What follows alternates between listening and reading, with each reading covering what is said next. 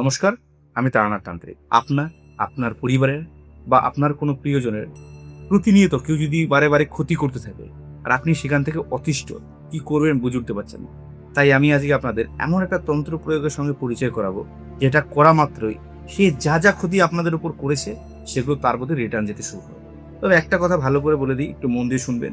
এই প্রয়োগটা কখনোই পরীক্ষা করার জন্যে বা মজা নেওয়ার জন্যে বা জেনে বুঝে কারো ক্ষতি করার জন্য যদি প্রয়োগটা করেন, পাপ কখনো তার বাপকে ছাড়ে না। এই মন্ত্রটা এতটা চমৎকারী আর এতটা প্রভাবশালী, প্রয়োগ না করা পর্যন্ত আপনি বুঝে উঠতে পারবেন না। প্রথমে মন্ত্রটা বলছি, একটু মনোযোগ সহকারে শুনবেন। ডাকিনী চলে শ্মশান বলে, গুরুর বলে মন্ত্র চলে, ডানে ডাকিনীরে দিলাম ডাক।